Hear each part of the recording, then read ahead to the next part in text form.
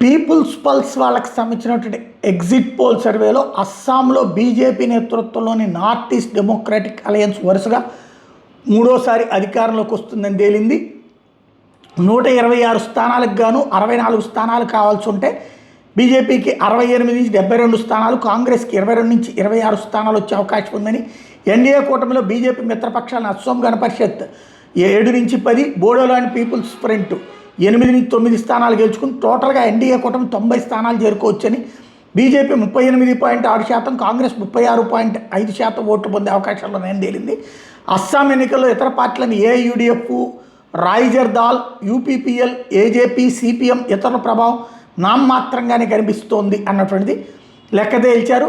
BJP ముఖ్యమంత్రి హేమంత్ బిశ్వా నాయకత్వానికి 40% మద్దతు ఇస్తుంటే కాంగ్రెస్ నేత గౌరవ్ గొగోయ్కి 35% మంది మాత్రమే మద్దతు ఇచ్చారు.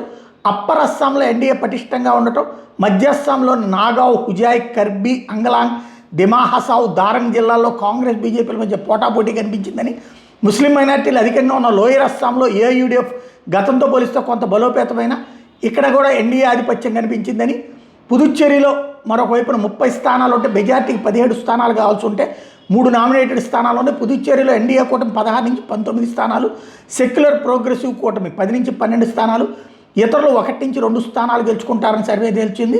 2026 అసెంబ్లీ ఎన్నికల్లో ఎన్డీఏ 34 నుంచి 36%, ఎన్సీపీ ఎస్పీఏ కూటమి 30 నుంచి 32%, టీవీకే ఎన్ఎంకే కూటమి 15 నుంచి 27%, ఎన్టీకే 4 నుండి 6%, వీసీకే 1 నుంచి 3%, ఇతరులు 2 నుంచి 5% ఓట్లు పొందే అవకాశాలను సర్వే చేస్తుంది. ఎన్డీఏ కూటమి 10 నుంచి 12 సీట్లతో అత్యధిక స్థానాలు గెలిచిన పార్టీగా నిలవబోతోందని తేల్చారు.